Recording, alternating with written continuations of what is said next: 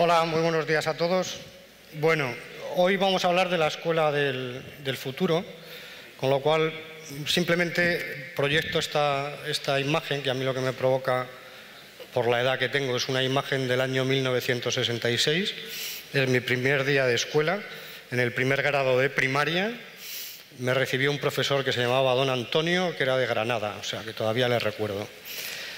Pero voy a hacer solo una mención de cuál es mi experiencia de aquella escuela, posiblemente que sea una escuela que está en fase de despedida, para luego linkarla con una reflexión que les quiero proponer.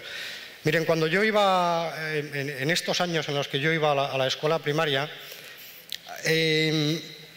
lo primero, nos mandaban a la escuela sin ningún tipo de libro de instrucciones. La única consigna que teníamos era que nuestros padres nos decían: es tu obligación, tienes que ir a la escuela, y sí nos decían de una manera muy clara, y me parece un punto muy importante, aunque fuese un argumento muy poco sofisticado, nos decían por qué era nuestra obligación. En esa España en la que yo fui a la educación primaria había un mecanismo de pensamiento muy sencillo. Tú tienes que ir a la escuela para aprovechar el tiempo, para aprender, para poder ir a bachillerato, y en aquel momento, en aquella sociedad, la aspiración de nuestros padres era, y de esa manera podrás acceder a la universidad y tener un futuro mejor que lo que yo tuve. Era muy clara la orientación.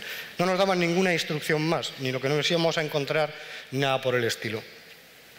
Era una sociedad mucho más simple, muchísimo menos compleja que la actual, pero, y aquí es donde quiero hacer la reflexión para hablar de la escuela que viene, era un sistema educativo absolutamente coherente con la sociedad a la que servía.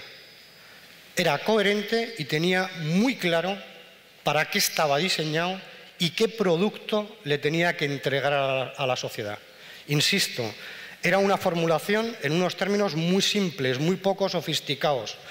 Incluso si apuramos, eran rudimentarios, pero había una identidad de la escuela con la sociedad. Yo creo que los momentos que estamos viviendo ahora mismo son momentos de mucho cambio y se están creando dudas sobre la identidad de la escuela para esa sociedad que parece que no acaba de construirse, que está en permanente movimiento.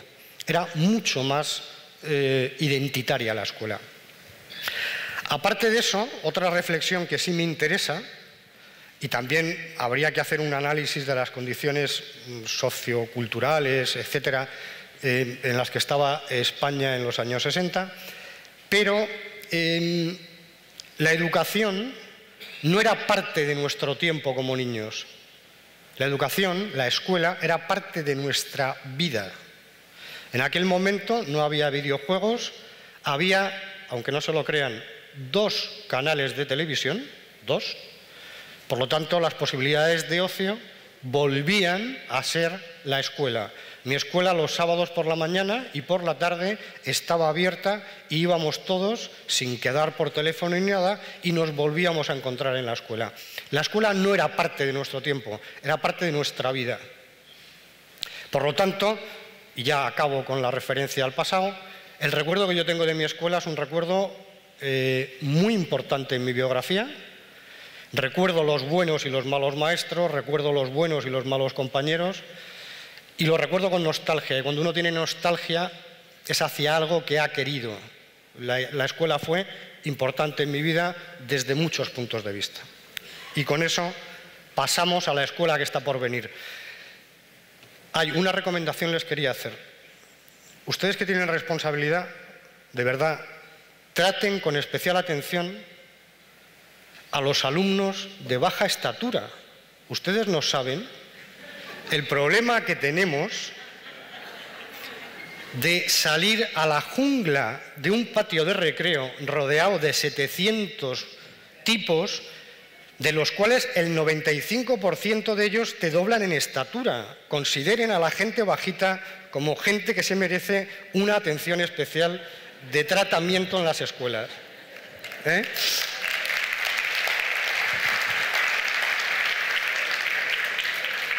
Bueno, Una vez superado la recomendación y sin ninguna esperanza de poder crecer, vamos a entrar en la ponencia de hoy. Yo quería hacer, como ha indicado un poco Pablo, yo lo que quería proponer, a lo largo del día de ayer dibujamos un territorio hacia el que parece que queremos ir o que sentimos la necesidad de que hay que ir hacia ese territorio. Yo creo que el día de hoy, o lo que yo voy a intentar hacer es, en algunas de las cosas de la compleja realidad escolar, que tiene muchas facetas, tratar de poner en ese territorio algún nombre, alguna bandera que podamos decir, parece que algunos de los cambios podrían ir por aquí.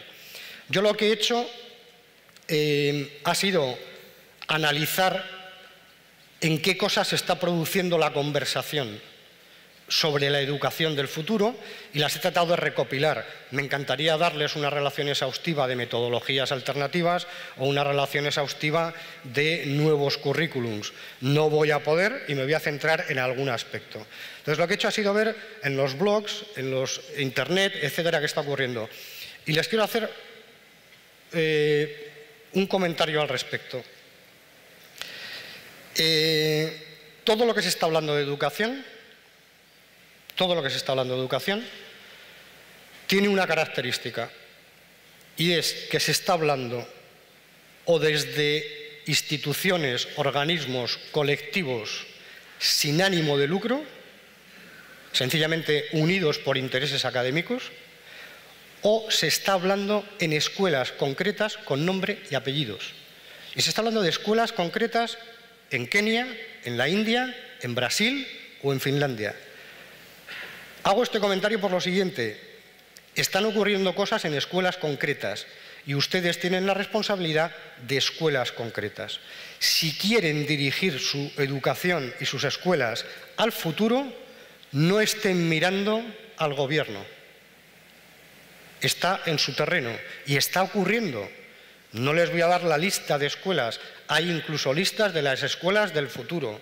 Insisto, están diseminadas por todo el mundo. Como mucho hay alguna iniciativa a nivel de distrito escolar, etcétera. Pero se está produciendo desde abajo o desde intereses, digamos, académicos. La Fundación Melinda y Bill Gates está hablando más de la educación del futuro que la mayoría de los gobiernos del mundo. Mucho más. La Fundación Melinda y Bill Gates, por ejemplo. O la fundación de George Lucas, un señor que viene del mundo del cine. También está opinando sobre cómo podría ser la educación del futuro. Bueno, ayer hacía Freddy en mi opinión, un excelente recorrido en torno a las fases que ha tenido la educación. Yo lo he simplificado y me voy a quedar básicamente en dos, ¿no? Bueno, parece que el contexto es que hay un cambio de paradigma, que hay que definir una nueva escuela y que esa escuela es de una escuela que todavía, aunque esta escuela ha aceptado innovaciones, ha incorporado cambios, sus alumnos están estudiando con iPad, se han incorporado metodologías, pero todavía el sistema en su esencia es un sistema basado en la sociedad industrial. Todavía es un modelo muy basado en la oralidad, todavía es un modelo muy expositivo, es un modelo, y está mal que lo diga un editor, libresco, enciclopédico.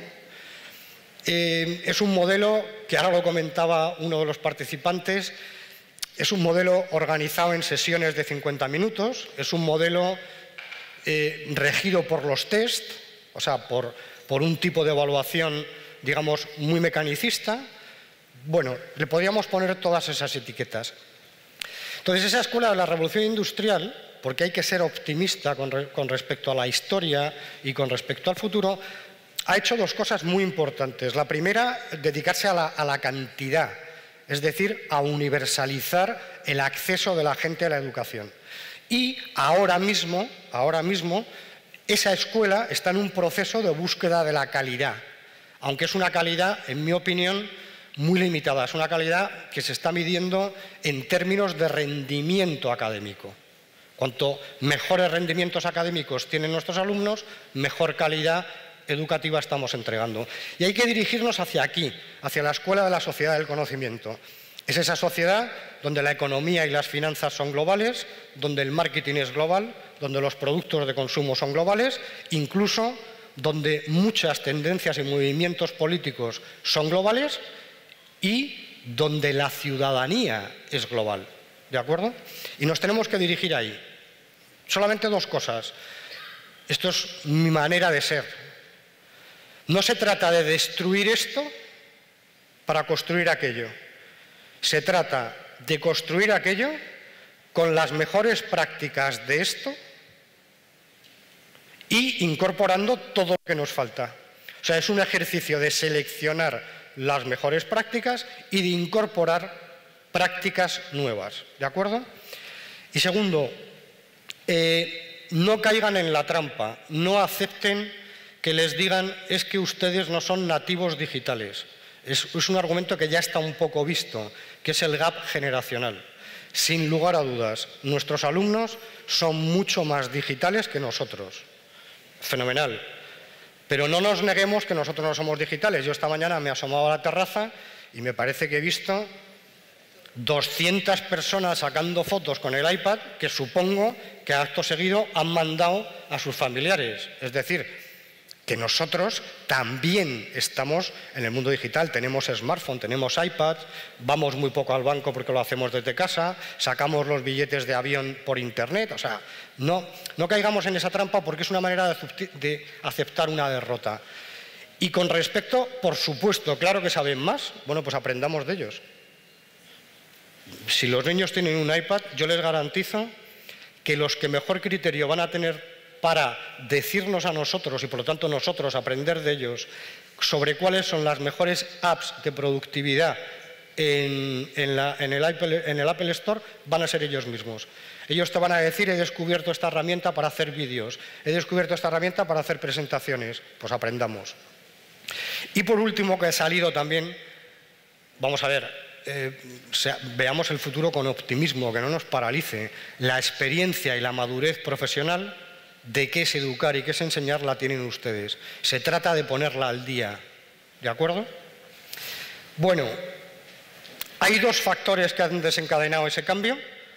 Por un lado es la presencia en nuestras vidas de las tecnologías de la información, que han aportado cosas muy novedosas, el acceso a la información. Aquí les haría otro comentario. Internet no solo es un acceso a la información en el sentido de que todo el saber está en Internet. Internet es el acceso a herramientas de creación, de producción y de distribución. Y son herramientas, muchas de ellas gratuitas y con muy poco coste de aprendizaje. Es decir, yo viajo con un hijo mío, va sacando fotos y a medida que las saca, lo primero, saca las fotos con un dispositivo móvil, no necesita una cámara, tiene un programa de tratamiento de la fotografía, mete los trucos, los cambios que considere y a renglón seguido se va a una plataforma de distribución donde la ven todos sus colegas, las cuelga en Pinterest. Pero ha tenido acceso inmediato, ha tenido una herramienta de edición y ha tenido una herramienta de distribución. Internet no solo es información, es creación, producción y distribución. Otra cosa es la movilidad. Un iPad viaja conmigo. Eso quiere decir que la educación viaja conmigo. Y el acceso a la educación puede viajar conmigo. Y tercero, Internet, especialmente en lo que llaman los expertos la web 2.0, es un gigantesco lugar de conversación. No podemos obviar que la cultura de nuestros alumnos es una cultura orientada a la conversación y a la colaboración. Y por otro lado, está habiendo una presión, otra vez no de los gobiernos, sino del mundo empresarial. El mundo empresarial está definiendo el perfil que considera que debe tener un candidato a trabajador del futuro y está reclamando a la escuela que eduque en esas habilidades y en esas tareas. Y tampoco es la política. Entonces, por ir concretando, decía Doberti, que ayer, por cierto, me dijo una cosa espantosa, aunque tiene razón, porque me dijo, bueno, Miguel, ¿para qué va a hablar de la escuela? Tendría que hablar ya de la escuela de sus nietos. Es cierto, pero me pareció, es la primera vez que lo oía. Sí, la verdad que tengo una hija que está trabajando, lo cual encontrar trabajo en España en este momento es una lotería, y tengo un hijo que le queda un curso de universidad. Tiene razón, pero no dejo de impresionarme. En ese esqueleto que decía Pablo, yo les voy a poner 3 cosas. Una, ¿qué nuevos currículums, o mejor dicho, qué nuevos contenidos hay que incorporar a los currículums? Segundo, ¿qué nuevas metodologías para enseñar esos nuevos contenidos? Y tercero, ¿qué retrato del rol del profesor y del rol del alumno nos queda? Quedarían cosas fuera. Yo, si me permiten, les sugiero que cuando vayan a hacer ese esqueleto de qué cosas hay que pensar para definir la escuela, no se olviden de aspectos como la evaluación, la organización escolar, la cultura escolar, la formación de profesorados y la relación escuela-comunidad. Yo creo que son otros 5 ítems que podríamos haber puesto ahí. Yo me he centrado en 3, ¿de acuerdo? Pero yo consideraría esos otros 5. Si pasamos al primero, el por qué nuevos currículum, bueno, pues una de las razones ya la hemos visto, es que hay que preparar nuevos ciudadanos para las nuevas demandas de empleo. Yo me imagino que todos ustedes saben que me parece que fue en el 2004, se hizo un estudio, por supuesto, en Estados Unidos, donde se decía que el 10% de las profesiones de dentro de 20 años, en el 2004, eran desconocidas. No se sabía qué profesiones iban a ser, ¿vale? Podemos decir demandas de empleo y podemos darle un valor más digno, siguiendo las palabras de Arnaldo, a la educación. Bueno, por demandas de empleo y por demandas de tener una mejor realización personal y de estar más preparado y más armado como persona para poderte desenvolver y ser feliz en la sociedad que te va a tocar vivir. Pero ya hay enumeradas una serie de habilidades. Aquí tenemos un problema. Y no lo consideren crítica. Mi experiencia me dice que la escuela es muy buena en contenidos de información y yo creo que la escuela es muy buena en valores. O sea, yo creo que la escuela educa muy bien en contenidos especialmente informativos y creo que la escuela, en términos generales, yo soy positivo, despierta una serie de valores y lo sabe hacer. Sin embargo, yo creo que los sistemas educativos son bastante más flojos en la educación, en habilidades y en competencias. Y aquí en el currículum, y lo difícil que tiene este currículum es que no es de ninguna materia, es de todas. Es un currículum transversal. Entonces, vamos a tener una primera dificultad y es esto lo tengo que trabajar en lengua, en matemáticas, en educación artística y en música. Pero no puedo decir voy a dedicar el programa de lengua a la creatividad y voy a dedicar el programa de ciudadanía global a geografía e historia. Por lo tanto, son temas transversales. Este es el elenco simplificado. Hay un documento de la UNESCO que se llama Skills siglo XXI, pero simplificado. Esto va a ser un poco lo que se va a pedir, esto es lo que va a pedir el mundo de afuera de la escuela en que nosotros formemos a nuestros alumnos. Lo primero, alumnos con capacidad de solucionar problemas, alumnos que manejen alternativas y que sean capaces de encontrar soluciones por distintas vías. Fundamental es otra de las grandes palabras que están en todos los foros donde está hablando de la educación del futuro, la necesidad de trabajar en equipo y del trabajo cooperativo. Es algo que nadie pone en duda. Otro punto es la cultura digital o lo que llaman la digital literacy, que dicen los americanos. Vamos a ver, La cultura digital no es el salón de informática. Yo les doy un consejo, ciérrenlo. Ciérrenlo. O sea, es absurdo que nosotros le digamos a un niño cómo hay que utilizar Word, si lo sabe. Y si no lo sabe, lo va a descubrir. Cerremos el aula de informática, no vale para nada, en mi opinión.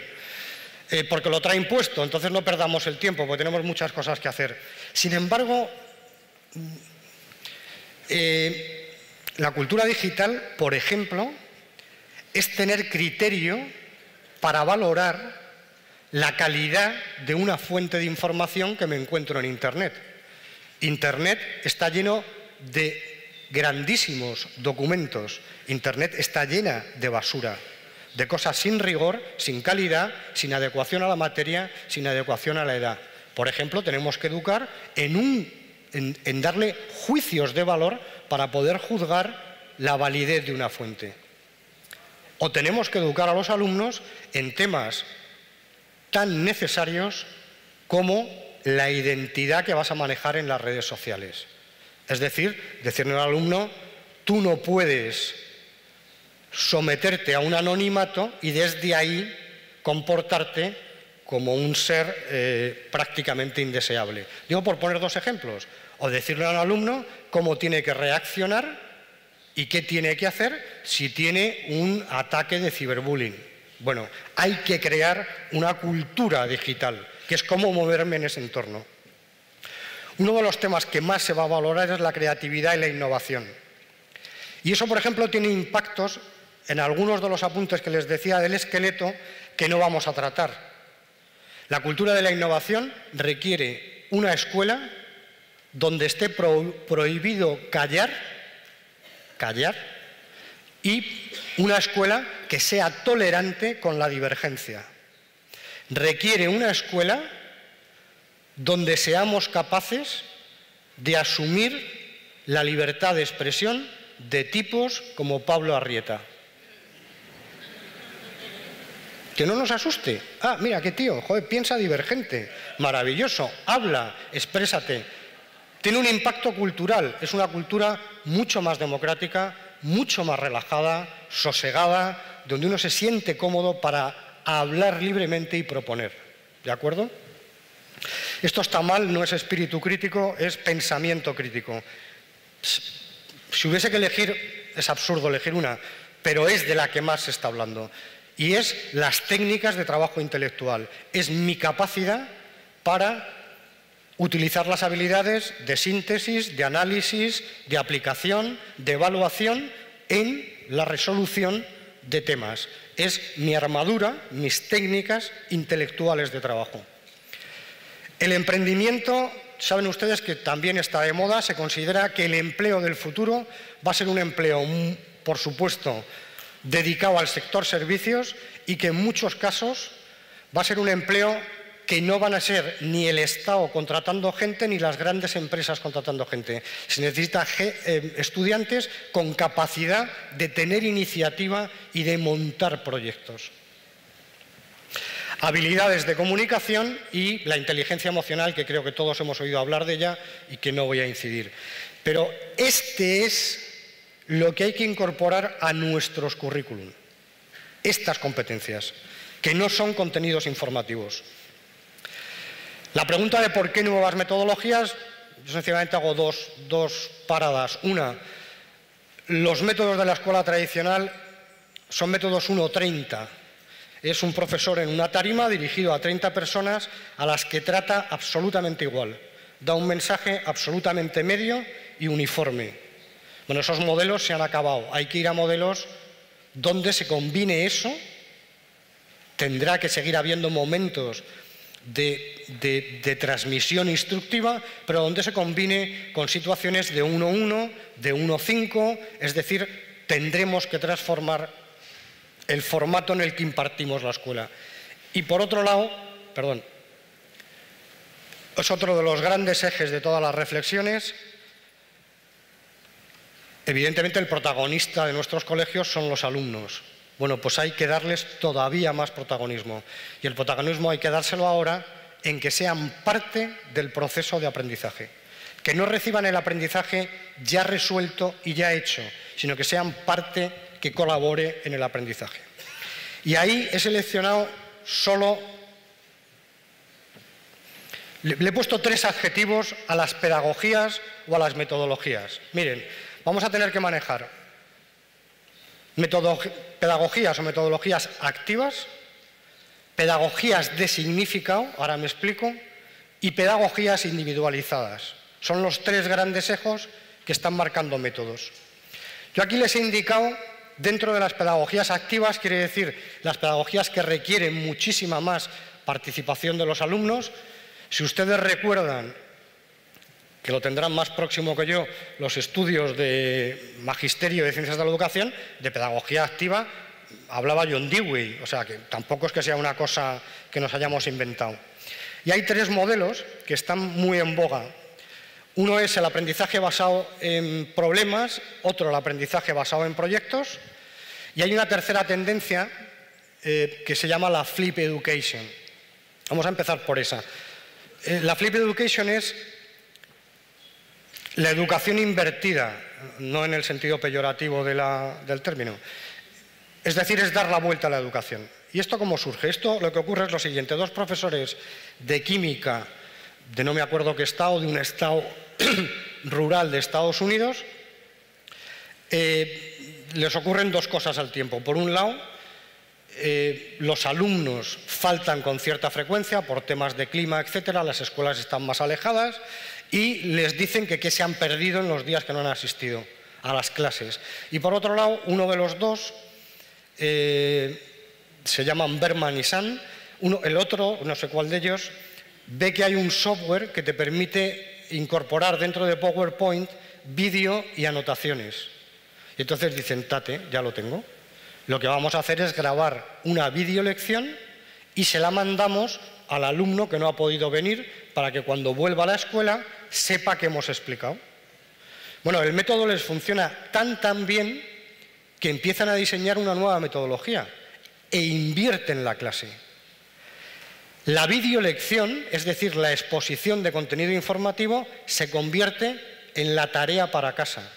Es lo que hacen los alumnos en casa. Y cuando van al colegio, se dedica todo el tiempo a la resolución de dudas y de aspectos que no se han entendido y a la aplicación de lo que han aprendido en la videolección.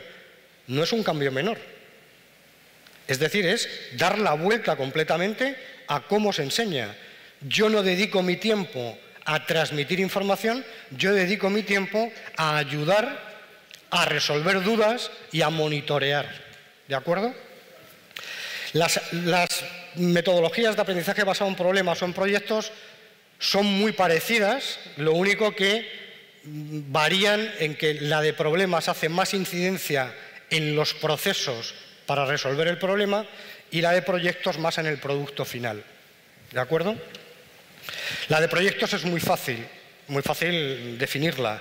Es proponer una situación de la vida real, de la vida ordinaria real, y en torno a ella organizar un acercamiento multidisciplinar. Eso también impacta en la organización del aula. Y una pequeña organización que decía también, me voy a pasar del tiempo, perdonad, pero voy a tratar de pasarme lo menos posible. Un impacto importante. Son planteamientos multidisciplinares y lo comentaba hace un momento el compañero brasileño. Los métodos de Flip Education y de enseñanza basada en proyectos, ninguno responde a sesiones de 50 minutos. Son sesiones mínimas de 2 horas. Eso decirlo es muy fácil. Cambiar todo el horario escolar yo creo que es algo más complicado. Son sesiones largas, porque hay que discutir, hay que analizar, hay que buscar información. Es decir, no se puede hacer en 50 minutos. Las pedagogías de significado quiere decir, hay una corriente que dice, una corriente y hay una palabra, y disculpen que yo se la diga en inglés, porque es mucho más, define mejor, que es el engagement. Es decir, tenemos que proponer contenidos con capacidad de implicar al estudiante. Tenemos que proponer contenidos relevantes. Y la relevancia es porque está en un contexto que tiene sentido para el alumno, porque le aporta un valor, porque le permite entender mejor el mundo en el que vive y donde el alumno tiene que tomar parte de la responsabilidad. Es uno de los grandes problemas de los sistemas educativos. Cualquier metodología que diseñemos debería tener como obsesión cómo motivar. En Estados Unidos han hecho un estudio con 230.000 alumnos en 40 estados. El 80% reconoce abiertamente que se aburre en algún momento del día. Vale, eso nos puede pasar a todos. Incluso ustedes ahora mismo pueden estar aburriéndose un poco. Espero que no. Bien. Bueno, yo en el trabajo siempre hay un rato que me aburro. Vale. Pero vamos al otro dato. Un 25% decide estar en un estado de aburrimiento permanente. Un 25%. Y un 10% ni siquiera pueden valorar su estado porque sencillamente están desconectados del aula. O sea, están en otro sitio. No es que estén ni motivados ni no motivados, están desenchufados del sistema educativo. Es un objetivo total, la motivación. Tenemos que ser capaces de que los alumnos entiendan el sentido de lo que van a aprender e involucrarles. Y por último, y por darles otra pista, serían las pedagogías individualizadas. Aquí solo una reflexión. Las tecnologías nos van a permitir, por cómo son, cuando nosotros propongamos un test a los alumnos en soporte digital, nos van a dejar rastro de dónde han respondido y en dónde han fallado. Y ya se están desarrollando tecnologías para a cada alumno darle un plan de trabajo especializado. ¿De acuerdo? Y con esto cierro. Todo eso nos lleva, esto por tiempo y por respeto al siguiente, lo dejamos, así me invitan el año que viene. ¿Qué? Ah, perdón.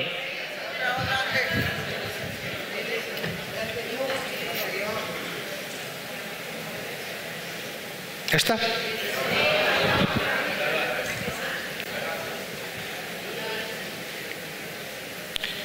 Esta me la salto, ¿vale? Y así, insisto, me invitan el año que viene.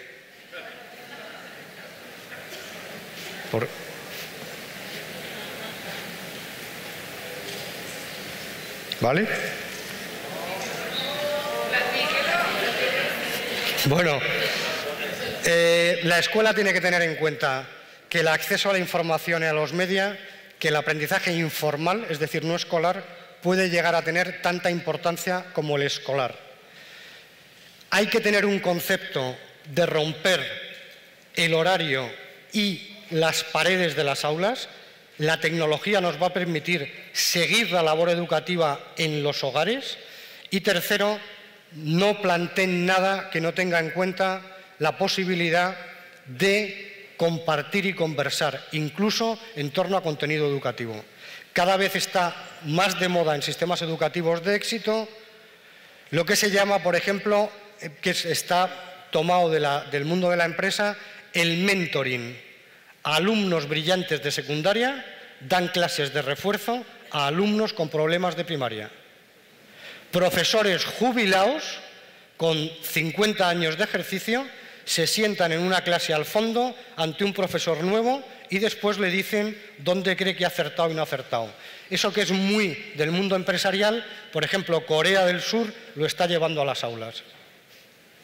Y por último, todo lo que les he dibujado es evidente. Nos lleva a un nuevo rol del profesor. El profesor no es el propietario del conocimiento y su función no es la transmisión de información. Es alguien que orienta, que guía, que corrige, que dinamiza, que individualiza, que da significados y que selecciona. Y nos lleva a un alumno que no es un mero receptor, que construye, que investiga, que descubre, que crea, que comparte y que expone. Anímense y háganlo. Estamos en un momento apasionante de la educación. Disfrútenlo. Muchas gracias.